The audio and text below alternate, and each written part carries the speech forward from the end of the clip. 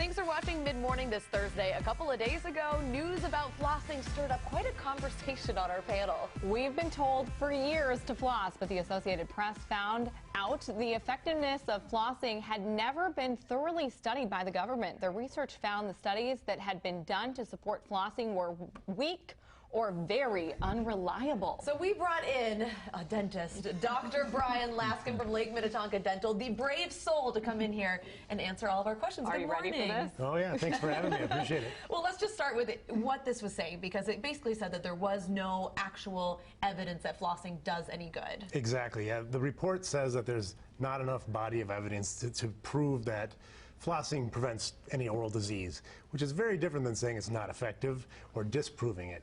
That's really the key point, is that not having enough information to put a claim and say that flossing does prevent oral problems is very different than saying it doesn't.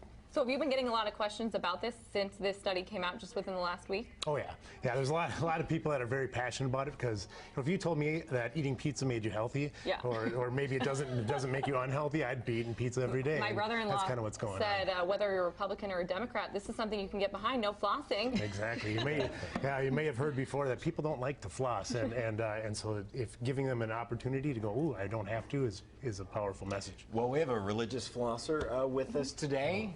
I'm upset. I mean, I spent a lot of time in the mirror trying to get these big hands in his mouth, flossing his little bitty tight teeth, and I'm angry because I've wasted all my time and it doesn't do any good. And then the shaming. Yes. The reason I floss is because when you go to the dentist, the dental hygienist will shame you. Oh, so much. Oh, not flossing, huh? Oh yeah. Yeah, we work hard not to shame people in our practice, but it's tough because you know. Yeah. Well, we.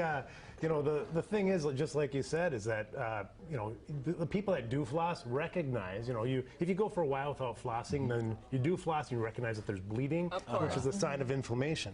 So we know that is actually effective.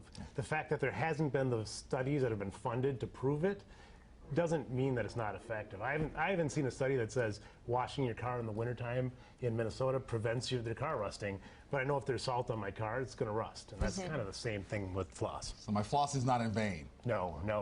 But your teeth do look great. They do look good. Did you know that there wasn't a lot of evidence behind it? Like, is that something that you guys are kind of taught through your schooling process, or they say like, okay, we don't really have any concrete studies? That's true, and there are some studies. There's just not enough studies. Well, to be honest, the ones they do have aren't very good. Like 25 people have someone floss one day and see what happens. Yes, and dentists are aware of that issue. Yeah. But when you're working in the mouth every day, you don't really need proof. If you're working in a car wash and you see the rusty cars, you probably don't need the volumes of study. But it is a conversation piece among dentists. Can we be honest though? The big floss lobby, they're just giving you all the money to keep peddling this to people, even though there's no evidence, right? Well, come clean. That was, in my opinion, one of the dangerous parts of the report was that they actually did imply that there was a bias of the American Dental Association and the manufacturers of floss to try to push floss. Well, no, not true. I don't believe it to be true at all. And you're still waiting for that money. Yeah. Dr. Laskin, you're very brave for coming on and putting up with this panel. So thank you so much.